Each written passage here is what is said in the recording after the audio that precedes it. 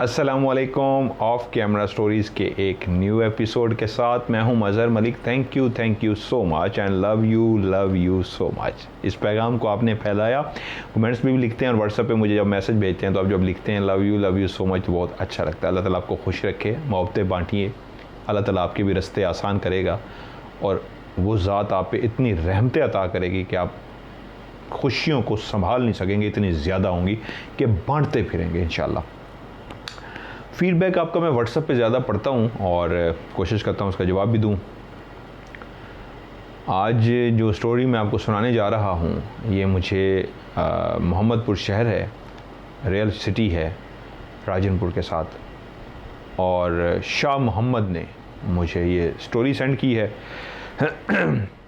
नाम और किरदार जो हैं बिल्कुल रियल हैं, उसमें कोई भी चीज़ मैं तब्दील नहीं करने जा रहा।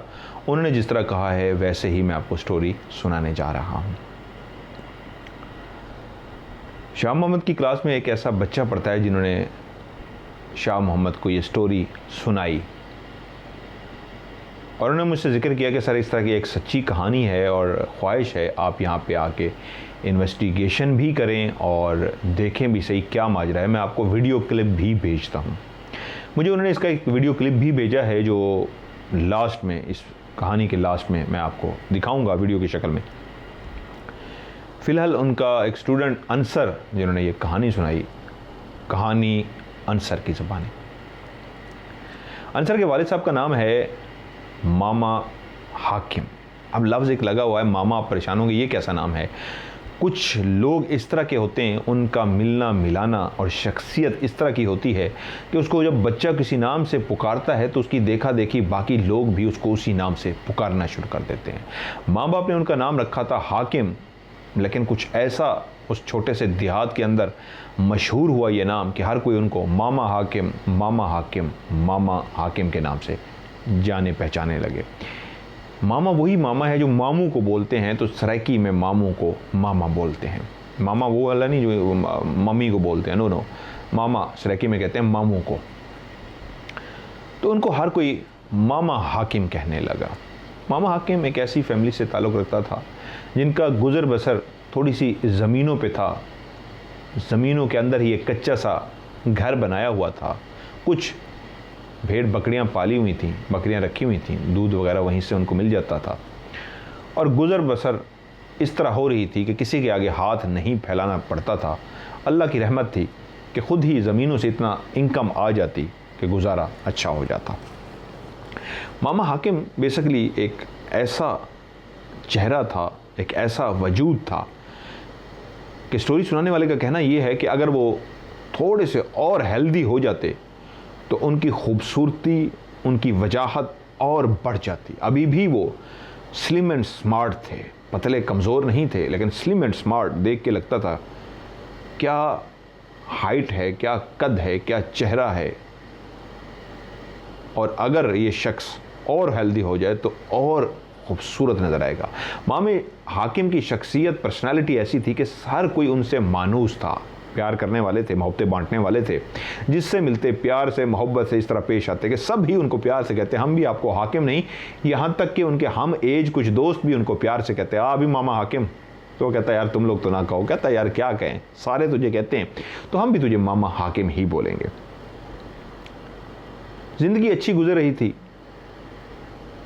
बीवी और बच्चों के साथ मामा हाकिम अपना अच्छा वक्त गुजार रहा था एक छोटे से देहात के अंदर। ऐसा हुआ कि सैलाब आ गया। मियाँ बीवी रात को बैठे जाग रहे थे, बच्चे सो चुके थे और बैठे आपस में डिस्कस कर रहे थे। सैलाब आ गया, हम क्या करेंगे, कहाँ जाएंगे, हम तो गरीब लोग हैं, गुज़र बसर यही ज़मीनें हैं और यही कच्चा सा घर।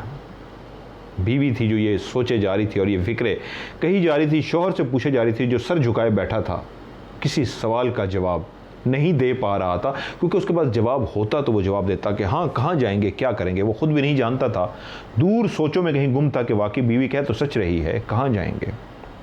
और वो जिस सैलाब का सुन रहे थे वो चल पड़ा था, वो तबाहियाँ फिरता आ रहा था, गाँव के गाँव फसलों की फसलों को उजाड़ता हुआ रोज़ ख़बरें कानों तक पहुंच रही थी, आज वो शहर भी डूब गया, आज वो देहात भी डूब गया, उसकी वो खड़ी फसलें भी तबाह हो गई और मामा हाकिम भी परेशान। ये था, फसल पक चुकी है,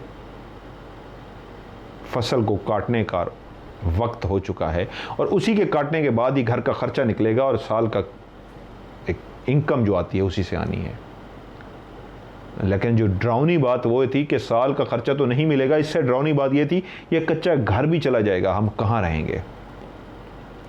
और वो जो खबरें सुनते सुनते आखिर एक शाम को ऐलान हो ही गया कि आज शाम को इस गांव के अंदर भी पानी आ रहा है, हर कोई अपना अपना बंदोबस्त कर ले और महफूज मकाम पे शिफ्ट हो जाए। मामा हाकिम, उसकी बीवी, जो पहले ही बहुत खौफजदा थे, यकीनन इस हद तक दिमागी तौर पे तैयार हो चुके थे कि किसी लम्हे पानी हमारे भी गांव में आ ही ना जाए। रब से दुआएं कर रहे थे, या अल्लाह इस पानी का मुंह मोड़ दे, किसी और तरफ चला जाए, हम बच जाएं। लेकिन जो होनी है वो हो के रहनी है।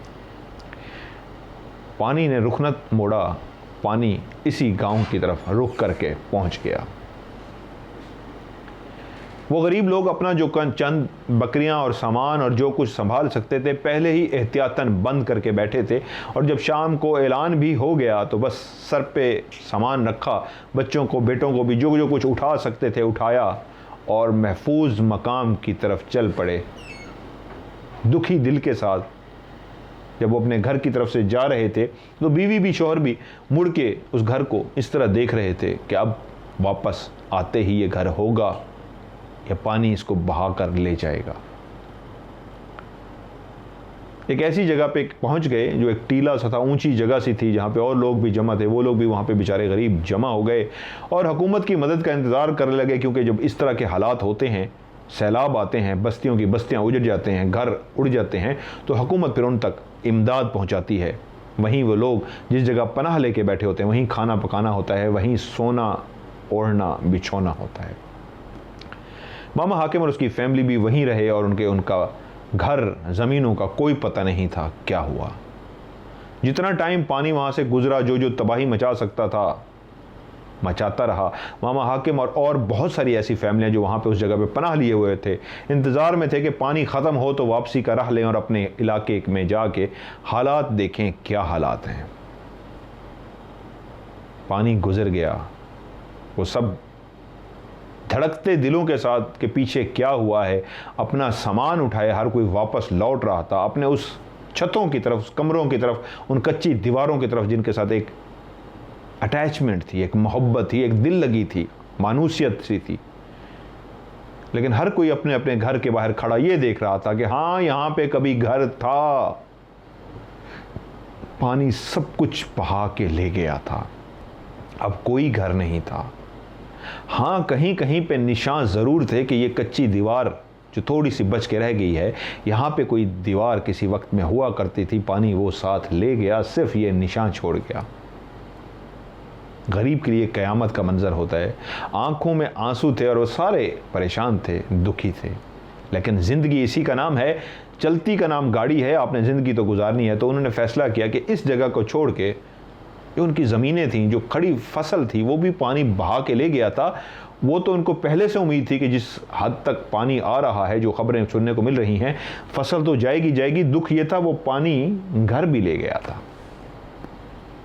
तो उन्होंने अपनी ज़मीनों के बीच में एक जगह पे ऊंची उनको नज़र आई, तो उन्होंने सोचा अब यहाँ क्यों ना एक कच्चा सा अपना घर बना लिया जाए और यहीं पे रिहाइश इख्तियार कर ली जाए। ऐसा ही किया उन्होंने। आहिस्ता आहिस्ता बच्चों के साथ मिलके, अपने बेटों के साथ मिलके अल्लाह का नाम लिया और कच्चा घर अपना तामीर करना शुरू कर दिया।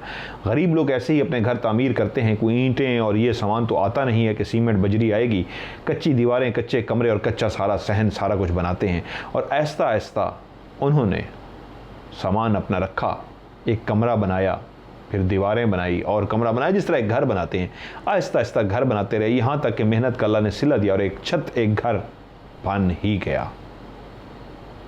उन्हीं दिनों में जिस जगह पे उन्होंने घर बनाया था, उसको प्लेन करके ज़मीन के एक हिस्से को, जहाँ पे पहले कभी काश्त होती थी, अब उस हिस्से को उन्होंने इस तरह बैलेंस किया था। उसका एक फ़र्श सा बनाया था, मट्टी का लेप दिया था मट्टी का, कि वो फ़र्श सा बन गया और कमरे बन गए।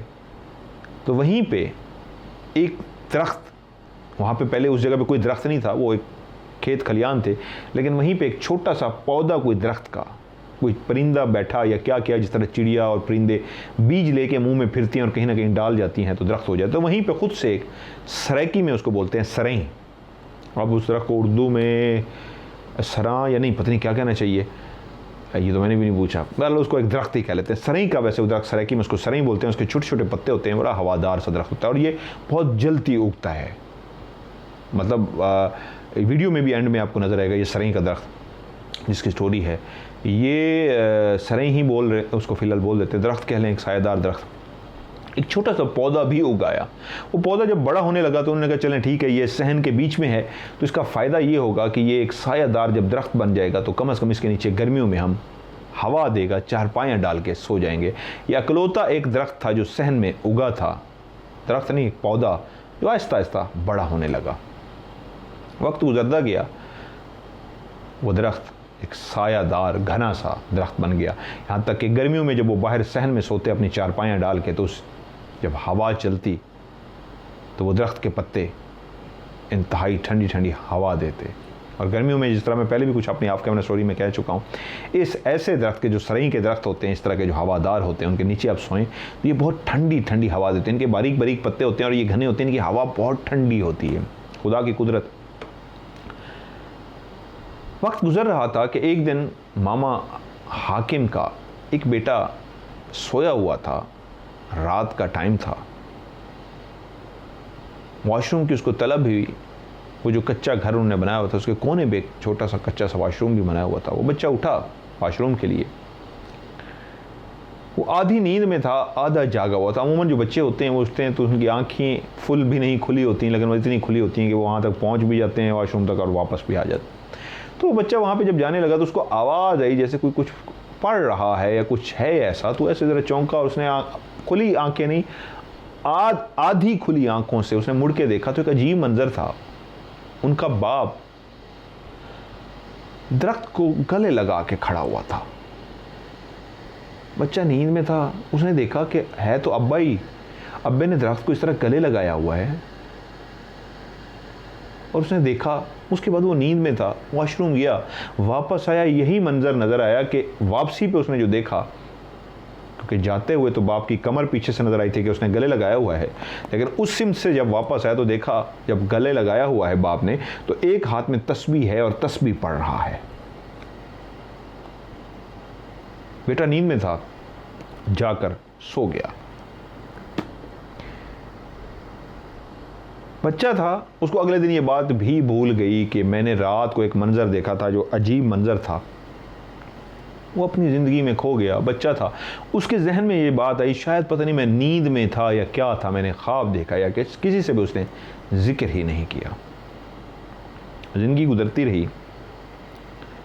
जब मैं कहता हूँ ना ज़िंदगी गुजरती रही का मतलब ये होता है वक्त किसी का इंतज़ार नहीं करता, वक्त चलता रहता है। कभी हम भी नहीं होंगे। आज हम सब जो कहानी सुन रहे हैं इस वक्त बैठे और जो मैं सुना रहा हूँ, हम इस दुनिया में भी नहीं होंगे।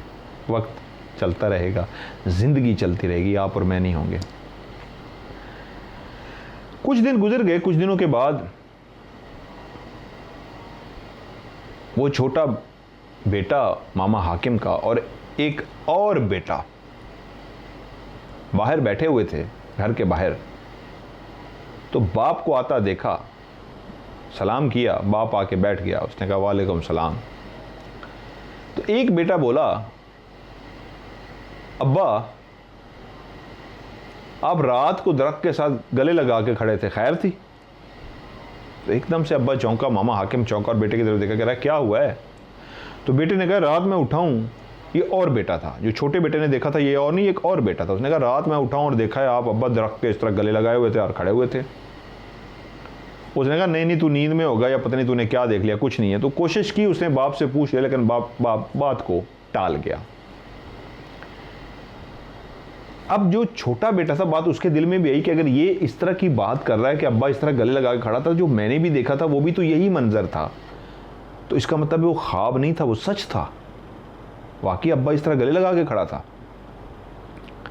कुछ और हफ्ते गुजरे, 4-5 हफ्ते गुजरे और फिर एक दिन 3 बेटे बैठे थे और चौथा भी आ गया। तो एक भाई दूसरे से बोलने लगा, यार एक दूसरे से बात करनी है। उसने कहा क्या? उसने कहा यार मैंने देखा है अब्बा इस तरह मैं उठाऊं रात को दरख्त को, वो जो सरई का दरख्त लगा हुआ है उसको उस तरह अब्बा ने गला लगाया हुआ था और तस्बीह पढ़ रहा था, पता नहीं क्या पढ़ रहा था। उसने कहा यार मैंने भी देखा है, मैंने अब्बे से पूछा भी था लेकिन अब्बा माना नहीं है। उसने कहा देख मैंने तुझे अभी बताया ना मैंने रात देखा है और तू कह रहा है तूने भी देखा है, तू कह रहा है तूने अब्बे से पूछा भी है, तो आज अब्बे से पूछते हैं। वो तीनों चारों आप वहाँ पे बैठ के वालिद साहब आ गए, सलाम दुआ की, उन्होंने कहा अब्बा हजूर आज आपको बताना ही पड़ेगा। बजीद हो के बेटे थे और उन्होंने कहा उसने भी देख लिया, उसने भी देख लिया। दो जब बोले तो छोटा बोला मैंने भी देखा था, तो वो दोनों चौंक पड़े। उन्होंने कहा तूने क्या देखा? उसने कहा यही मंजर जो आप लोग कह रहे हैं, अब्बा था इस तरह गले लगाया हुआ था, तस्बीह हाथ में थी और पढ़ रहा था।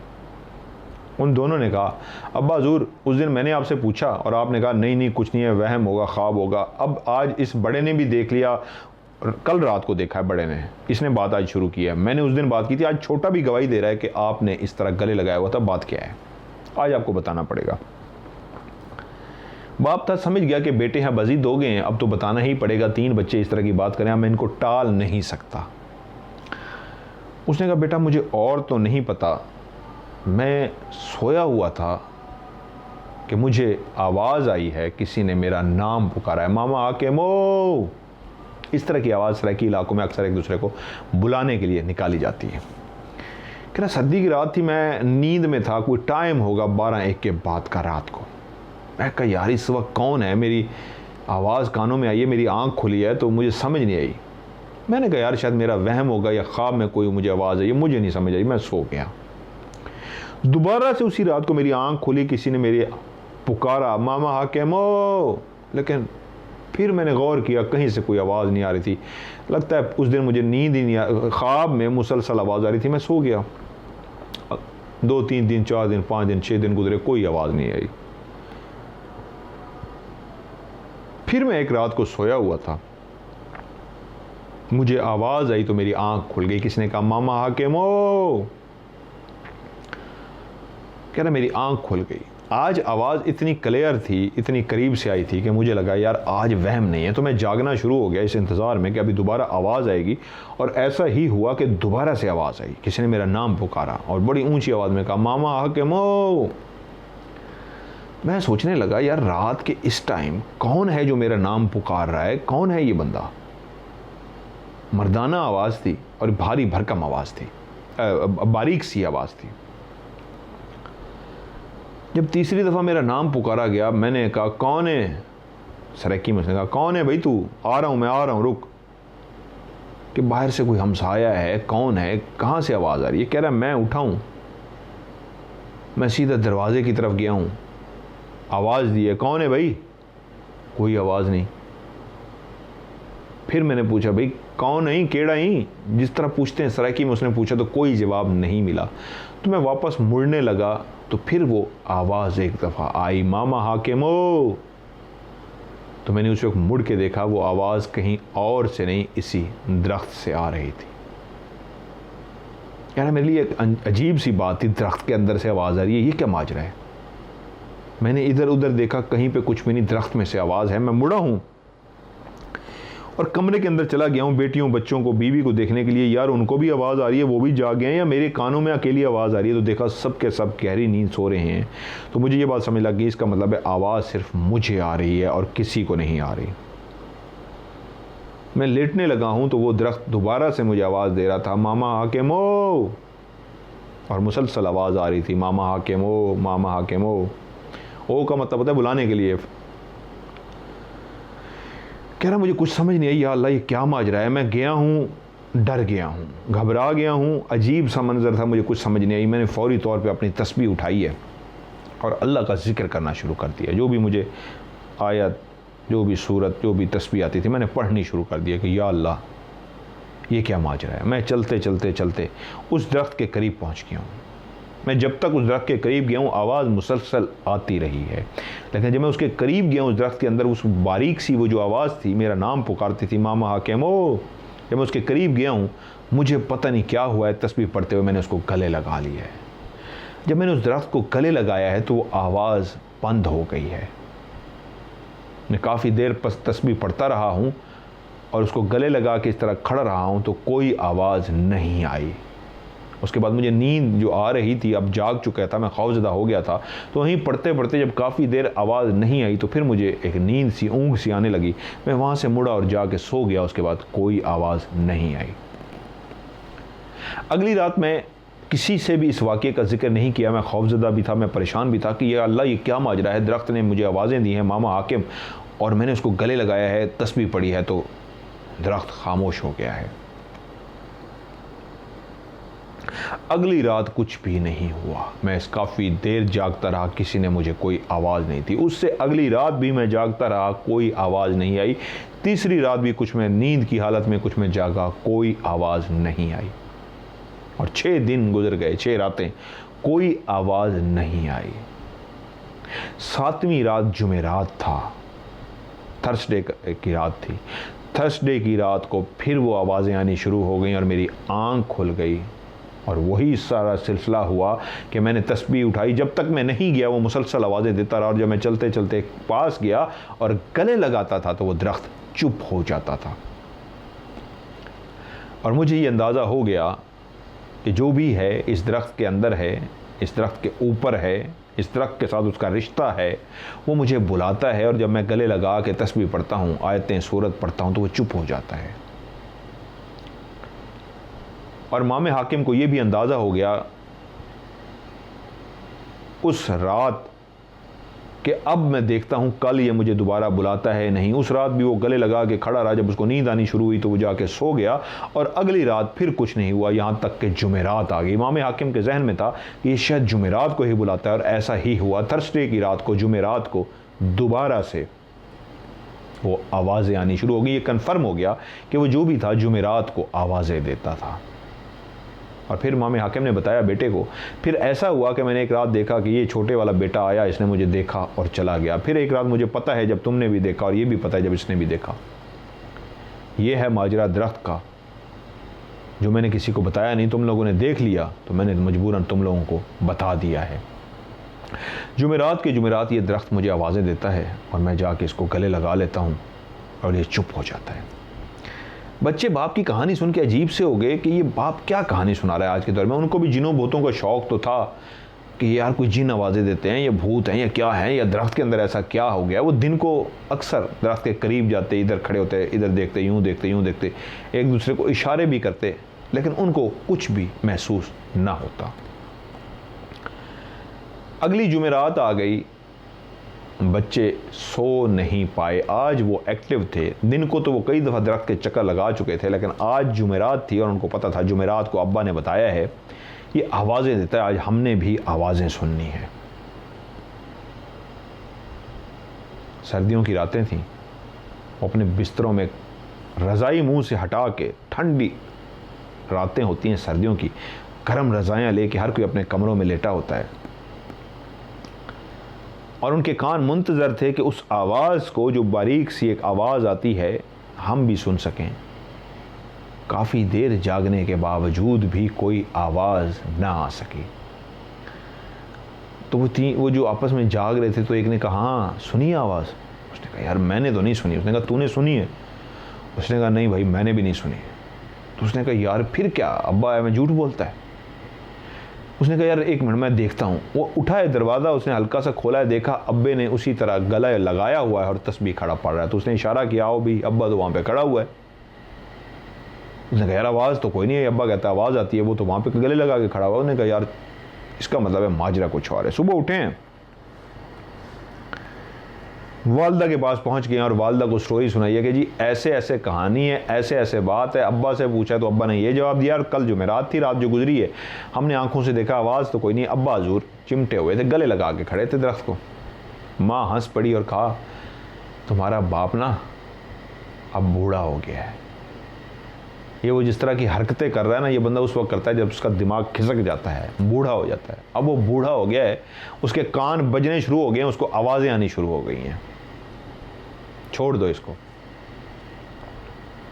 बच्चे भी हंस पड़े। बाप माँ कह तो सही रही, अम्मे से किसी को आवाज़ नहीं आती, अब्बा को ही आवाज़ आती है, अब्बा वाकई बूढ़ा ही हो गया है।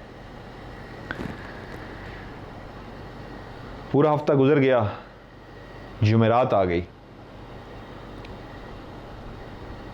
बीवी ने भी देख लिया, बच्चों ने भी देख लिया। बाप, बच्चों का जो बाप था और बीवी का शौहर था, जो मैं रात को उठा और आहिस्ता से गया, गले लगा कर खड़ा हो गया। बीवी हंसना शुरू हो गई कि इसको सुबह कहूँगी, ये क्या हरकत की है इसने। बच्चे इसका मतलब है सही कहते हैं, मैंने बच्चों की बात को मजाक समझा था, लेकिन ये क्या हरकत है। उसने मना किया था बच्चों को कि माँ को मत बताना, तो बच्चों ने भी कहा था आपने हमारा नहीं बताना। तो माँ ने कहा बच्चों को डांटे या बच्चों के साथ गुस्सा हो, सुबह इससे पूछूंगी, कहीं रात का टाइम है हमें झगड़ा ही ना कर ले, खपती हुआ है वैसे ही पागलों वाली हरकतें कर रहा है, तो कल सुबह ही पूछूंगी, अभी लड़ाई हो जाएगी। उसने नहीं शो करवाया कि मैंने देख लिया। जब सुबह हुई उसने उसको कहा बैठ जरा, ये क्या कर रहा है तू। उसने कहा क्या हुआ है। उसने कहा तू रात को उठता है, मैंने देखा है, मुझे किसी ने बताया नहीं है, मैंने रात देखा तू ऐसे उठा है और तूने, बीवी ने ये शो नहीं कराया कि मुझे बच्चों ने बताया। उसने कहा मैंने देखा और तू गया और इस तरह किया, ये क्या हरकत है। उसने कहा नहीं कुछ नहीं है ये हुआ। उसने कहा मुझे बता ना। तो उसने वो सारी स्टोरी बीवी को भी सुना दी। बीवी हंसना शुरू हो गई कि अब तू बूढ़ा हो गया है, अब तू पागल हो गया है, कानों का इलाज करा। उसका मजाक उड़ाती रही कि तू खबती हो गया है। वो चुप करके सुनता रहा। मामा हाकिम को उस दरख्त से एक मोहब्बत, उनसियत भी हो चुकी थी। उसको एक बच्चा सा लगता था, जैसे वो कोई बुलाता था मामा हाकिम ओ, मामा हाकिम ओ, आवाज़ें आती थीं। और वो जब बच्चे को जाके गले लगाता था और कुरानी आयात पढ़ता था तो बच्चा चुप हो जाता था। मामे हाकिम ने फैसला किया कि मेरे इस घर में अब मजाक उड़ाया जाने लगा है, अब मैं नहीं जाऊंगा उस बच्चे के पास। और जुमेरात आ गई, सर्दियाँ चल रही थीं, सब अपने अपने बिस्तरों में लेटे हुए थे। आज मामे हाकिम ने फैसला किया हुआ था, वो खुद भी जाग रहा था कि उठेगा नहीं और बाहर भी नहीं जाएगा। देता रहे आज वो आवाज़ें, ये जाने और वो जाने, मैंने नहीं जाना, मेरा मजाक उड़ाया जाता है। और मामे हाकिम में कहीं दिल में ये बात भी थोड़ी सी आनी शुरू हो गई कि वाकई ऐसा तो नहीं है ये आवाज़ें सिर्फ मुझे आ रही हों, बेटों को भी ना आ रही हो, मेरी बीवी को भी ना आ रही हो। उसके दिल में एक वहम भी पैदा हो गया। आज वो इस तरह लेटा था, या तो मेरा वाकई वहम है, मैं सठिया गया हूँ, बौखला गया हूँ, बूढ़ा हो गया हूँ, कान बजने शुरू हो गए हैं, वहमी हो गया हूँ कि मुझे आवाज़ें आ रही हैं, बीवी और बच्चों को नहीं आ रही। जो भी है मैंने आज नहीं जाना। मामे हाकिम को यकीन था कि या तो मेरा वहम है या फिर सच है, आज फैसला हो जाएगा, उसको यकीन था। सब अपने बिस्तरों में सोए हुए थे कि रात के तकरीबन 1 से 2 बजे का टाइम था कि आवाज़ आई। आज एक क्लियर आवाज़ थी जो बेटों ने भी सुनी और मामे हाकिम की बीवी ने भी सुनी। कोई आवाज़ें दे रहा था, मामा हाकिम ओ, मामा हाकिम ओ। मामा हाकिम अपने बिस्तर पे रज़ाई डाल के इस तरह लेटा रहा जैसे मैं सोया हुआ हूँ, जबकि आवाज़ें वो भी सुन रहा था।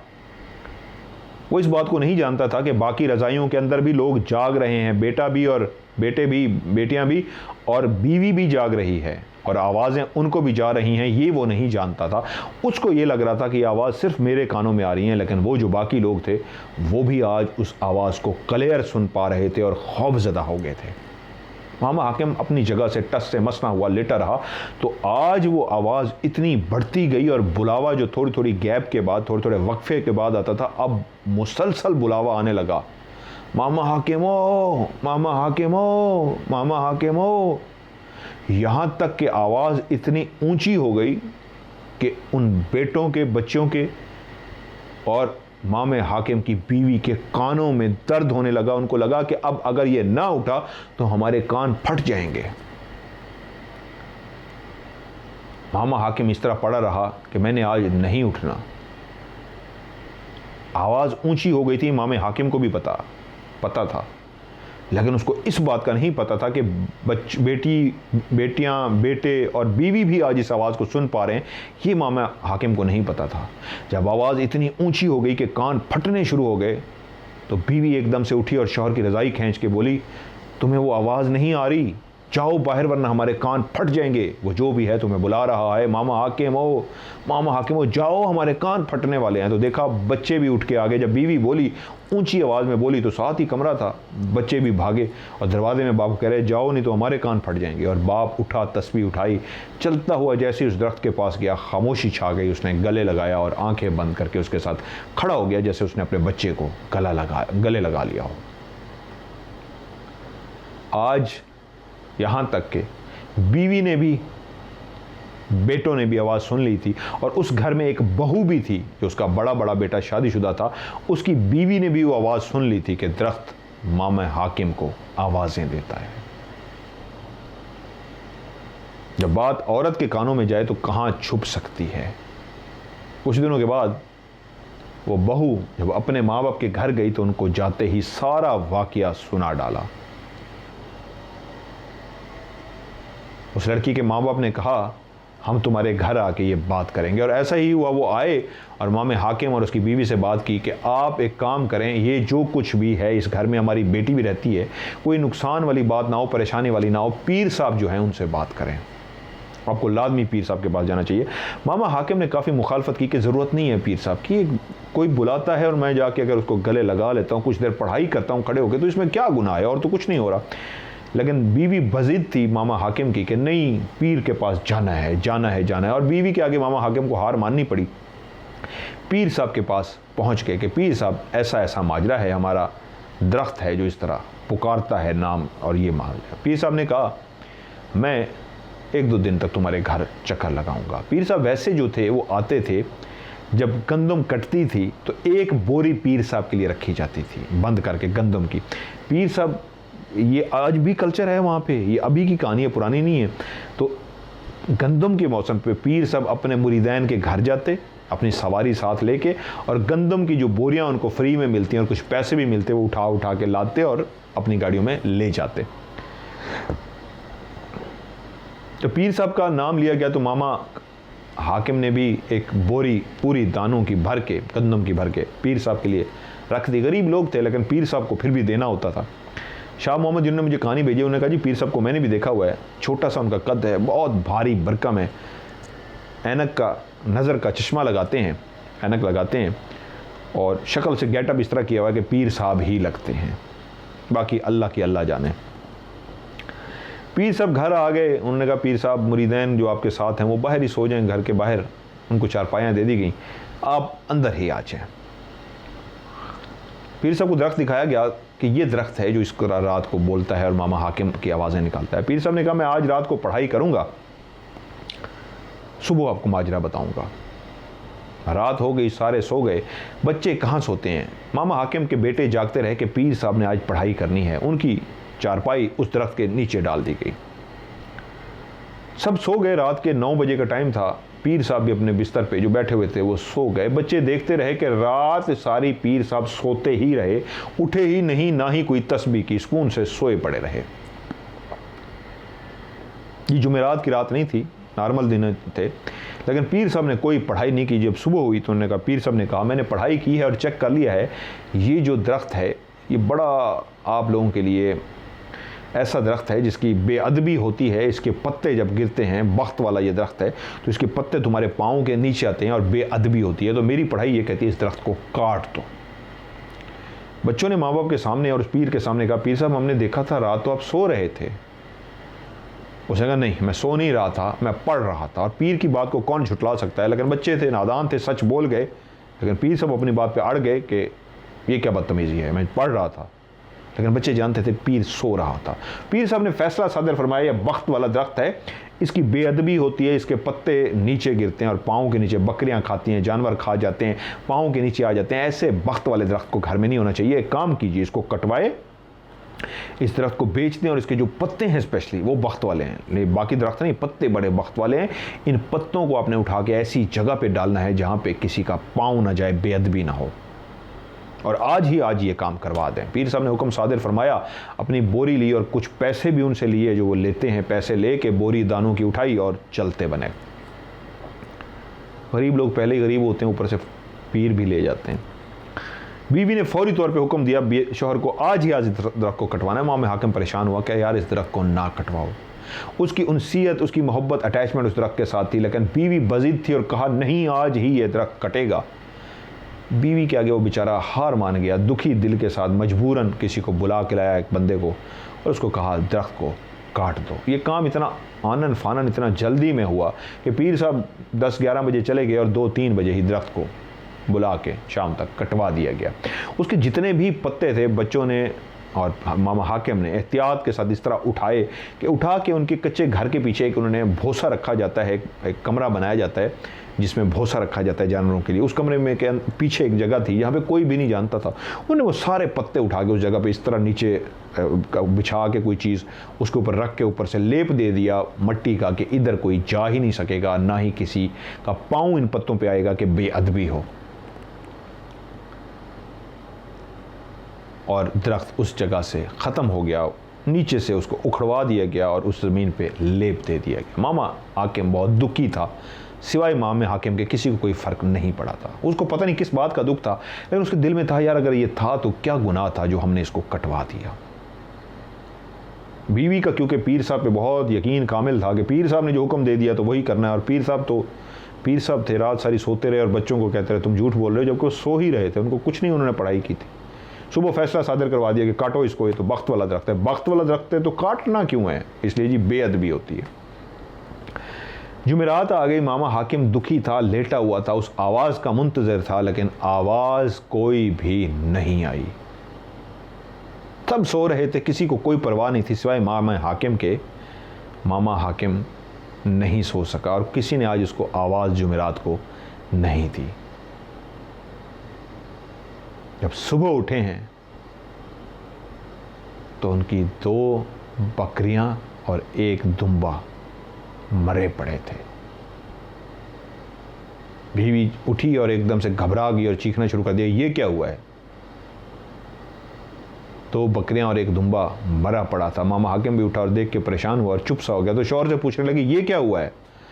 उसने कहा, अल्लाह के काम अल्लाह ही जाने, मैं तो रात सारी जागता रहा हूँ, उस आवाज़ का मुंतज़र रहा हूँ जो मुझे पुकारेगी। किसी आवाज़ ने मुझे नहीं पुकारा, ना ही कुछ आवाज़ आई है। सुबह तुमने बताया है कि ये मर गए हैं। तो वो बुरा भला कहना शुरू हो गई उस दरख्त को, और बुरा भला कहना शुरू हो गई मामा हाकिम को कि तुमने ये दरख्त की वजह से मेरे जानवर मर गए, मुझे तो लगता है कि तुमने खुद मारे हैं। मामे हाकिम को बोली कि तुमने खुद मारे हैं, मुझे ये बावर कराने के लिए कि तुम्हारा दरख्त नहीं कटना चाहिए था, तुम्हें उससे उनसियत थी, तुम्हें उससे मोहब्बत थी, तुम्हारे बच्चों की तरह था, यूँ था वहाँ था, तुमने इसलिए कि मैंने कहा था और तुमने मुझे दिखाने के लिए जान की हरकत की है। मामा हाकिम और दुखी हो गया। बीवी भी उस पर अजीब सा इल्ज़ाम लगा रही थी, यहाँ तक कि वो पूरा हफ्ता बीवी उसके साथ उखड़ी उखड़ी सी रही, हर बात में उसको टॉन्ट करती, हर बात को उस पर तंज करती, हर बात पे उसका अजीब सा मजाक उड़ाती और कहती, हाँ हाँ बाकी जानवर भी मेरे मार दे, तुझे तो गुस्सा है ना, मेरे तेरे दरख्त क्यों कटवाया है, मैं ही जालिम हूँ, बाकी मेरे जानवर भी मार दे। उठी किसी दिन उनका भी गला घूंट दी, मुझे पता है तो उन्होंने उनका गला घूंट दिया है। पूरा हफ्ता गुजर गया, जुमेरात की रात आ गई। आज भी मामा हाकिम सोया नहीं था। बीवी को रात के टाइम कोई वॉशरूम की हाजत पेश आई, वो उठ के गई तो मामे हाकिम ने एक चीख की आवाज़ सुनी। वो जल्दी से अपने बिस्तर से उठा और भागता हुआ बाहर पहुंचा तो जिस जगह पे वो दरख्त था उस जगह पे वो पहुंचा तो उसकी बीवी वहां पे गिरी हुई थी, गिरी हुई थी, ज़मीन पे पड़ी हुई थी। ये चीख मामे हाकिम ने सुनी थी, बच्चों में से कोई भी नहीं जागा था ना वो उन्होंने आवाज़ सुनी थी। मामा हाकिम भागा और जाके बीवी को उठाया, होश में ही थी, बहुत घबराई हुई थी, बहुत डरी हुई थी, बहुत सहमी हुई थी। उसने पूछा क्या हुआ? उसने कहा वहाँ पे कोई खड़ा था, बहुत ही खौफनाक था, बहुत ही भयानक था, बहुत ही लंबा था, कद में जितना देखती थी उतना ऊंचा था और बहुत ही गुस्से में था। मैंने ऐसा खौफनाक नहीं देखा। वो कोई इंसान नहीं था, कोई और मखलूक थी। वो बहुत बड़ी थी और बहुत गुस्से में थी और उसका चेहरा, उसके हाथ अजीब से थे, बहुत ऊंचा था। मामा हाकिम अभी अपनी बीवी को हौसला दे रहा था और उस तरफ देख ही रहा था तो पीछे से किसी ने कहा, मामा हाकिम। वो दोनों एक दफ़ा खौफजदा हुए और पीछे मुड़ के देखे तो पीछे कोई भी नहीं था, लेकिन जो भी था बोल ज़रूर रहा था। मामा हाकिम जो खौफजदा हो चुका था बीवी की बात सुनको, बीवी ने जिसका नक्शा खींचा था, जो सामने खड़ा था, इतना बड़ा सा था, कोई तकरीबन 15-20 फुट ऊंचा था, काला स्याह सा था और वो शदीद गुस्से में था। बहुत बड़ा उसका मुंह था और बहुत बड़े उसके हाथ थे, वो बहुत ही भयानक सा था। और अभी पीछे से किसी ने बुलाया, मामा हाकिम। मामा हाकिम और उसकी बीवी दोनों जब मुड़े हैं तो पीछे कोई भी नहीं था, लेकिन बोलने वाला वहीं पर मौजूद था। उसने कहा है, मामा हाकिम, इस दरख्त पे, इस सरई पे हमारे बच्चों का बसेरा था, हमारे बच्चे यहाँ पे रहते थे।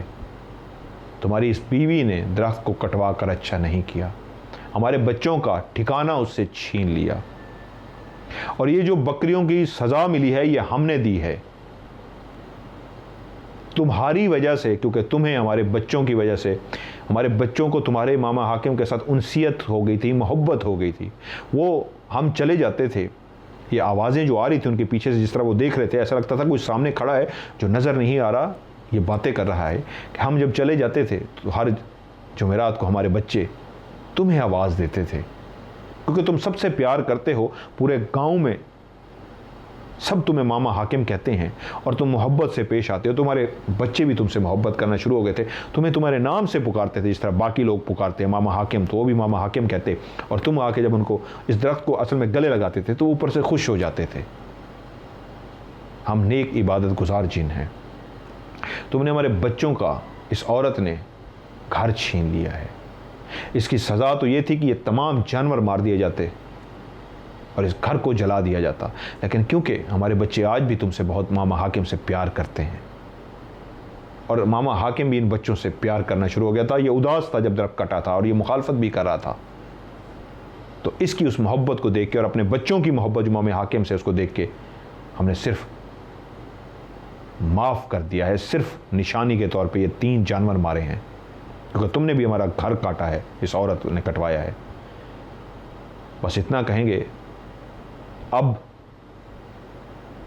हमारे बच्चों का घर दोबारा ना ख़त्म करना, वरना उसका इतना बुरा अंजाम होगा कि तुम्हारी नस्लें याद रखेंगी।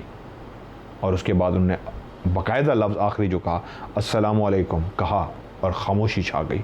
बीवी जो थर थर कांप रही थी, मामा हाकिम जो हौसले में आ चुका था, इस बात को जान गया था कि वो बच्चे भी उससे मानूसियत रखते हैं, उससे मोहब्बत करते हैं, इसलिए उसको बुलाते थे, इसलिए वो जाके गले मिलता था। वो अंदर भी अपना टटोल रहा था कि मुझे भी तो उनसीयत हो गई थी उस बच्चों से, जब वो पुकारते थे तो मैं भी जाके गले लगा के खड़ा होता था, जब आखिरी टाइम पर मुझे नहीं बुलाया गया था तो मैं भी तो दुखी था। बाकी ये जो सज़ा मिली थी 2 बकरियों और दुम्बे की, वो इसलिए दी गई थी कि शदीद गुस्सा होने के बावजूद भी उन्होंने थोड़ा गुस्सा किया था। और जब काफ़ी देर वो बोलते रहे, बात करते रहे, किसी ने कोई जवाब नहीं दिया, तो समझ गए, तो उसने अपनी बीवी को सहारा दिया और कमरे में लेके आ गया कि जो हुआ सो हुआ, बस अब एक ध्यान रखना। वो ये कह के गए हैं कि अब हमारे बच्चों का घर मत छीनना, वरना बहुत बुरा होगा। तो वो पूछना शुरू होगी, उनका कौन सा घर? उसने कहा ये तो मुझे भी नहीं पता, बस तुम उनका घर ना छीनना।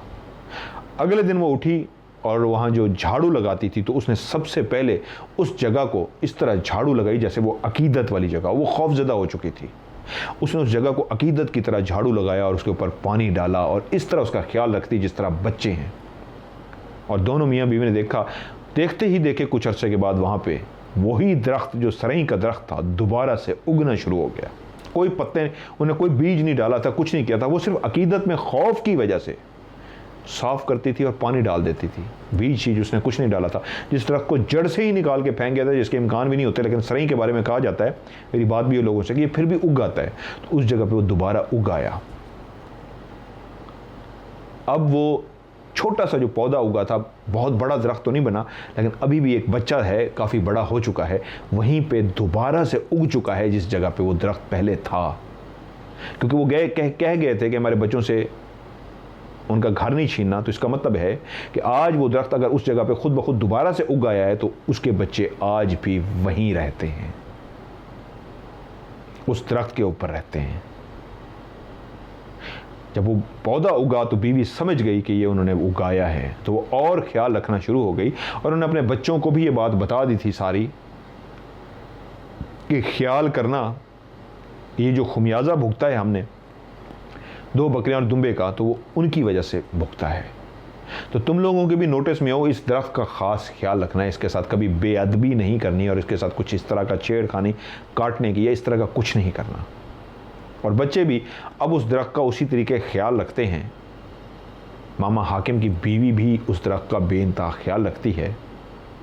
अब भी बच्चे कभी कभी, ज़्यादा नहीं, वो जो बच्चे थे जो मुसलसल मामा हाकिम को बुलाते थे, अब वो कहते हैं हर वक्त नहीं, लेकिन कभी कभी, बहुत अरसे बाद, अमूमन सर्दियों में, गर्मियों में नहीं, अब भी कभी कभी हम देखते हैं, अब हमें आवाज़ नहीं आती। अब वो जो आवाज़ बच्चों ने भी सुन ली, जो मामा हाकिम की बीवी ने भी सुन ली, अब उनको आवाज़ नहीं आती, लेकिन वो ये देखते हैं कि मामा हाकिम उठता है अपने बिस्तर से, तस्बीह उठाता है और चलता हुआ उस दरख्त के पास जाता है और जाके उसको गले लगाकर खड़ा हो जाता है।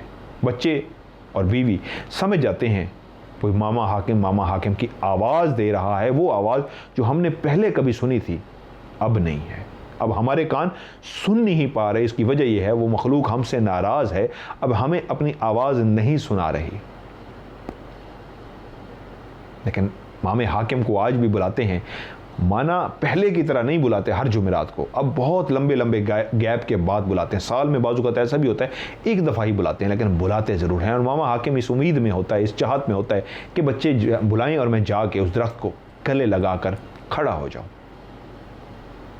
आज भी वो दरख्त मौजूद है। मैंने उनसे कहा उसकी वीडियो बनाएं, तो मुझे उन्होंने उस दरख्त की वीडियो भी बनाकर सेंड की है, जो मैं अभी आपको एंड में जब मैं खुदा हाफिज़ करूँगा तो वो वीडियो होगी जो आप देखेंगे, जो उन्होंने भेजी है। ये वो दरख्त है जो बेसिकली इसको सराइकी में सरई कहते हैं, छोटा है अभी, ये बड़ा और घना हो जाएगा। लेकिन वो जो जिन्नात के बच्चे हैं इस दरख्त के ऊपर अपना बसेरा रख चुके हैं, मौजूद हैं। जब उन्होंने इस दरख्त को उगाया तो इसका मकसद भी यही था, बहुत स्पीड के साथ होता है कि ये एक तनावर घना जब दरख्त बन जाएगा तो अभी भी वो इस कंडीशन में, जो अभी आप वीडियो में देखें, इस कंडीशन में भी उन बच्चों की इस दरख्त पे 100% रिहाइश है, बच्चे रहते हैं। और मुझे उन्होंने जो इनवाइट किया वो ये कहा है, मैंने कहा किस तरीके परमिशन ले, और परमिशन मिल गई है कि मैं अब जब वहाँ पे जाऊँगा स्पेल करने के लिए, जब मैं राज रिकॉर्ड करने के लिए जाता हूँ, तो अब मैं जाऊँगा तो इस घर में मैं लाजमी जाऊँगा, ये जो कच्चा सा घर है उनका, उसके अंदर वो जो दरख्त मौजूद है उसकी जाके रिकॉर्डिंग करूं और कोशिश करूं मामा हाकिम को कह के कि उनको कहें हम कलाम हो, वो जिस तरह आपको बुलाते हैं मामा हाकिम, शायद मैं पढ़ाई करके कोशिश कर लूं कि वो मामा हाकिम को बुलाएं और वो आवाज़ में रिकॉर्ड करूं, वो जो मामा हाकिम को बुलाने के लिए वो आवाज़ देते हैं, उनसे मैं हम कलाम हो सकूँ, उनसे बातें कर सकूँ उस दरख्त के पास खड़े होकर। मैं पूरा प्रोग्राम रिकॉर्ड करूँगा। मेरी ख्वाहिश होगी पहले वो उसी तरह बुलाएं जिस तरह मामा हाकिम को बुलाते हैं, वो आवाज़ रिकॉर्ड हो, उसके बाद मैं उनसे गपशप कर सकूँ। इस दरख्त के दोबारा से उग आने से उनका कहना यह है कि हमारे घर में वाकई अब वक्त आ गया है। वक्त से मुराद वो जो हमारे रुकावटें थीं, परेशानियां थीं, वो अब बेहतर होनी शुरू हो गई हैं। ज़िंदगी की जो टेंशनें थीं, हम बहुत ज़्यादा, अभी भी वो ये तो नहीं है कि वो बहुत अमीर कबीर हो गए हैं। ये ऐसे लोग कोई महल नहीं मांगते, ऐसे लोग दौलत नहीं मांगते, ऐसे लोग मांगते हैं, मैं इनके साथ रहा हूँ, मोहताजी ना दे या अल्लाह, किसी के आगे हाथ ना फैलाना पड़े, या अल्लाह हमारी फसल इतनी हो जाए कि हमारे सारे साल का अनाज भी आ जाए और शादियाँ भी कर सकें, खुशी गमी में भी जा सकें, हमारा खर्चा भी निकल। इनकी ये बड़ी चीज़ें होती हैं इनके लिए। ये नहीं होता कि हमारे पास अरबों खरबों आ जाए या करोड़ों आ जाए, लाखों आ जाए, नहीं, इतना कि फसल हमारी सही हो जाए। इन गरीबों के साथ क्या होता है, फसल ख़राब हो गई तो फिर इनके पास कोई खर्चा नहीं बचता, फसल ख़राब हो गई तो सारा साल गुर्बत में काटते हैं, कर्जा ले ले के ज़िंदगी गुजारते हैं और इस खौफ में गुजारते हैं कि अगर अगले साल भी फसल ठीक ना हुई तो हमारा तो बेड़ा गर्क हो जाएगा। तो इसलिए फसल ही इनका दारो मदार होती है, इनकी बड़ी खुशियाँ फसल के साथ ही अटैच होती हैं। तो वो कहते हैं जब से वो दरख्त दोबारा आया है, ऐसा वक्त आया है, कभी किसी के आगे मोहताजी नहीं करनी पड़ी और घर के अंदर इतना अल्लाह ने दे दिया हुआ है कि सब कुछ है, किसी से मांगना नहीं पड़ता, सब कुछ अल्हम्दुलिल्लाह अच्छा है। इसलिए वो इस दरख्त को बख्त का दरख्त कहते हैं कि ये हमारे लिए एक बहुत ही खुशकिस्मत दरख्त है। तो इंशाल्लाह मेरी ख्वाहिश होगी इस खुशकिस्मत दरख्त को मैं जल्दी आप लोगों के लिए रिकॉर्ड करूं। अभी आप वीडियो देखें इसको और जल्दी इसके ऊपर इंशाल्लाह। हाँ, मेरे से अगर कुछ लोग पूछना चाहेंगे जी ये क्या है, तो ये सिंपल सी बात है, बहुत सारे जिन्नात के बच्चों की अटैचमेंट इंसानों के साथ हो जाती है और वो बाकायदा उसका नाम लेके पुकारते भी हैं। ये नॉर्मल बात है, कोई अजीब बात नहीं है। दरख्त को गले लगाना ये तो एक वैसे है, एक वो लगा लेते हैं तो वो समझते हैं हमें गले लगाया है, जिन्नात को गले थोड़ी लगाते हैं, लेकिन वो बच्चे आवाज़ दे के बुलाते हैं, नॉर्मल बात है, बहुत सारी जगहों पे ऐसा होता है। कैसे होता है ये मैं आपको रिकॉर्ड करके दिखाऊंगा। सो आप भी अपनी स्टोरी भेजिए, इंशाल्लाह उसको मैं अपने प्रोग्राम में शामिल करूंगा। +923136655500 +923136655500 इस पे स्टोरी भेजिए मुझे, लेकिन एंड पे आप वॉइस मैसेज रिकॉर्ड करके भेजें या लिख के भेजें, लफ्ज़ स्टोरी आपने लाजमी लिखना है। इंशाल्लाह उसको मैं जल्दी प्रोग्राम में शामिल करूंगा। mmtvraz@gmail.com मेरा मेलिंग एड्रेस है, मैं रिपीट कर देता हूँ, mmtvraz@gmail.com mmtvraz@gmail.com मेरा मेलिंग एड्रेस पे, इस पे भी आप मुझे ज़रूर अपनी स्टोरी भेज सकते हैं, या कोई सवाल या कोई बात पूछना चाहते हैं व्हाट्सएप पे या जीमेल पे आप मुझे सेंड कर सकते हैं।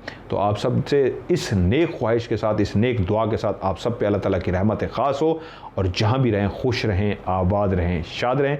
मुझे दीजिए इजाज़त, आप लोग देखिए ये वाली उस दरख्त की वीडियो।